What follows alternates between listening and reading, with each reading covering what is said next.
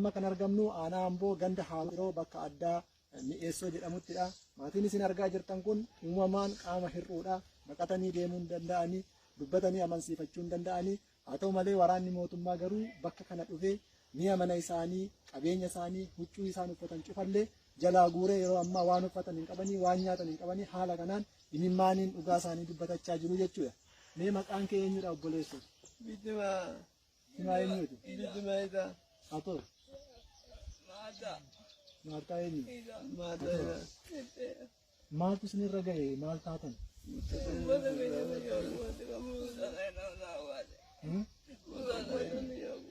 Eenyu gube? Akkamitti isin jalaa gubani?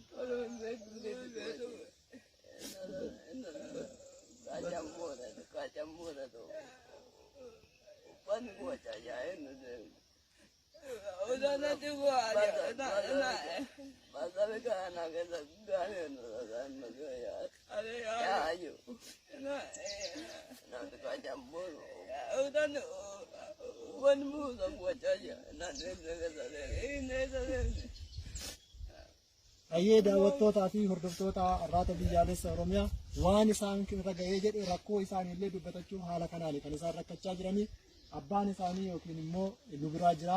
Maal ta'anii maaltu uumame meenitti himaa isin argina?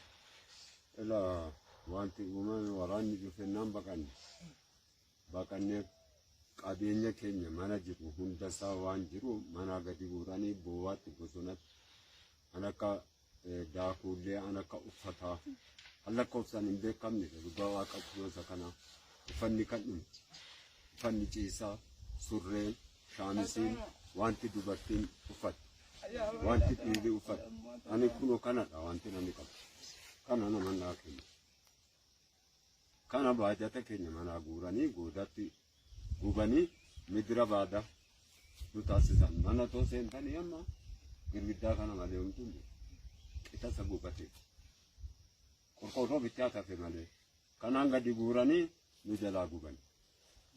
Yoom gubanii akkaataa kamiin guban dhufanii yeroo sanatti warri kun eessa jiru? Ijoolleen ishii kun qe'ee jirti. Nuti immoo dawootti namni neeti dawoo jirti.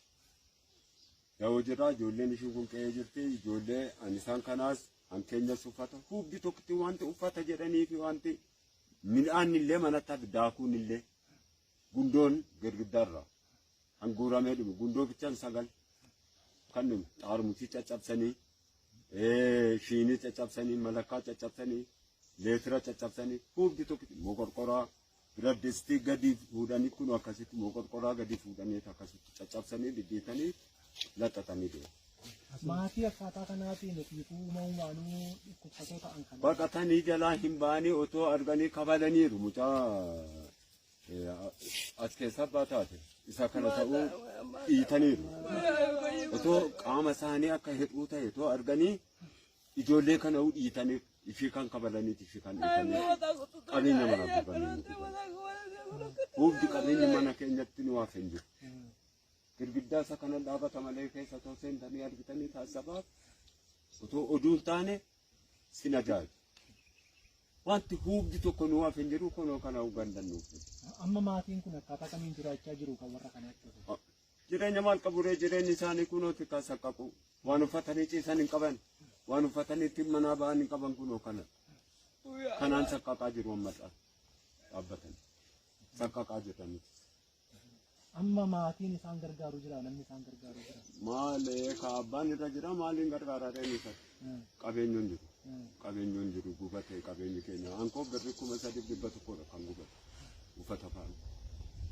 Kana ni manni si nutis kana jenne ani fi kana birri 600 gubate. Amma kana zin jenne tu kan leete. Ankoo birri 600. Ufati jaga daga tanya ufati jaga tanya aku ada tanda ufati jaga daga